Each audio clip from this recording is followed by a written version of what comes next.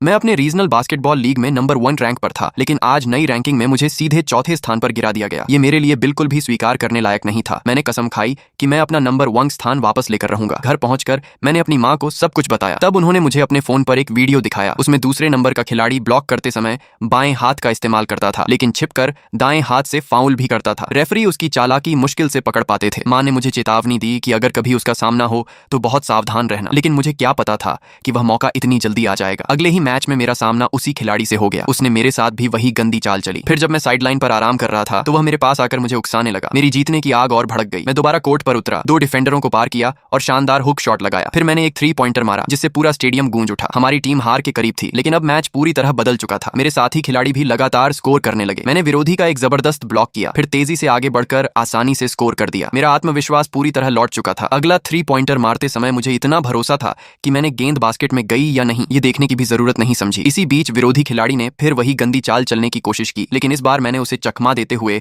एक जबरदस्त डंक मार दिया। आखिरकार हम मैच जीत गए। मैच के बाद मैंने अपने कोच से पूछा कि लोग मेरे प्रदर्शन के बारे में क्या कह रहे हैं, लेकिन कोच ने कहा कि मैं जरूरत से ज्यादा घमंडी हो रहा हूं। उन्होंने बताया कि मेरा खेल सिर्फ तीसरे स्थान तक पहुंचने लायक था। अभी भी 2 खिलाड़ी मुझसे आगे थे। उसी रात जब मैं अपनी गर्लफ्रेंड के साथ पार्क में था, अचानक मेरी रैंकिंग चौथे से दूसरे स्थान पर पहुंच गई, लेकिन पहला स्थान अब भी किसी पहाड़ की तरह मेरे सामने खड़ा था। अब मेरा अगला लक्ष्य वही था। कुछ समय बाद स्कूल में एक फ्रेंडली मैच रखा गया। जिम स्काउट्स से भरा हुआ था। मैंने देखा कि मेरे अपने फैन भी नंबर 1 खिलाड़ी निक के साथ फोटो खिंचवा रहे थे। ये देखकर मुझे बहुत गुस्सा आया। कोर्ट पर हमारी नजरें मिली। हमने एक दूसरे से कुछ नहीं कहा, लेकिन बिना बोले ही सब समझ आ गया। आज फैसला कोर्ट पर होगा। मैच शुरू होते ही निक ने एक लंबा 3 पॉइंटर मार दिया। फिर मेरी डिफेंस के बीच से निकलकर उसने एक और 3 लगा दिया। पूरा स्टेडियम तालियों से गूंज उठा और अंदर ही अंदर मुझे बहुत चोट पहुंची। फिर गलती से टक्कर लगने पर मेरे अंगूठे में तेज दर्द होने लगा, लेकिन मैं रुक नहीं सकता था। ये खुद को साबित करने का सबसे बड़ा मौका था, लेकिन निक ने मेरे हाथ से गेंद छीन ली और एक और शानदार 3 पॉइंटर मार दिया। अब मैंने अपने कोच की रणनीति सुनना ही बंद कर दिया था। यह मैच अब सिर्फ मेरे और निक के बीच की लड़ाई बन चुका था। मैं अकेला ही डिफेंस चीरते हुए गया